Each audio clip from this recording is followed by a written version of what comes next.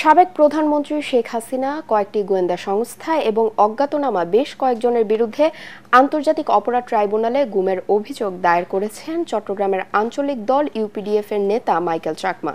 সকালে ট্রাইব্যুনালে হাজির হয়ে চিফ প্রসিকিউটরের কাছে এই অভিযোগ দায়ের করেন তিনি। এ সময় মাইকেল চাকমা দাবি করেন, শেখ হাসিনা 2013 সালে খাগড়াছড়িতে সমাবেশ করতে গিয়েছিলেন। ওই দিন অবরোধ দেয় ইউপিডিএফ।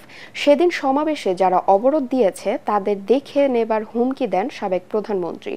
এ কারণেই তাকে গুম করা হয়েছিল।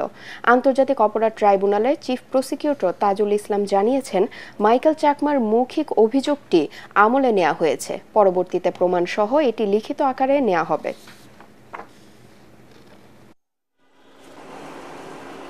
প্রতিহিংসার আমি শিকার হয়েছি, বা আমি প্রধান আসামি হিসেবে তো শেখ হাসিনাকেই আমি দায়ী করব, আমার গুমের জন্য।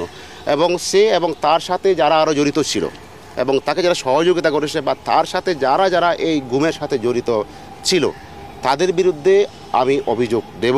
তো উনি মৌখিকভাবে যে স্টেটমেন্ট এই ট্রাইব্যুনালের চিফ প্রসিকিউটরের কাছে করেছেন সেটাই আমরা আমলে নিচ্ছি এবং সেটাকে সূত্র ধরে আমাদের তদন্ত শুরু হয়ে যাবে। পরবর্তী সময়ে উনি যে সমস্ত বক্তব্য এবং অন্যান্য প্রমাণাদি তার গুম হয়ে যাওয়ার পরবর্তী সময়ে মিডিয়াতে যে সমস্ত রিপোর্ট হয়েছিল বা আরও যা কিছু আছে সেগুলো উনি আমাদেরকে সরবরাহ করবেন। তবে আমরা আজকের থেকেই তার অভিযোগটা আমলে গ্রহণ করে ফেললাম।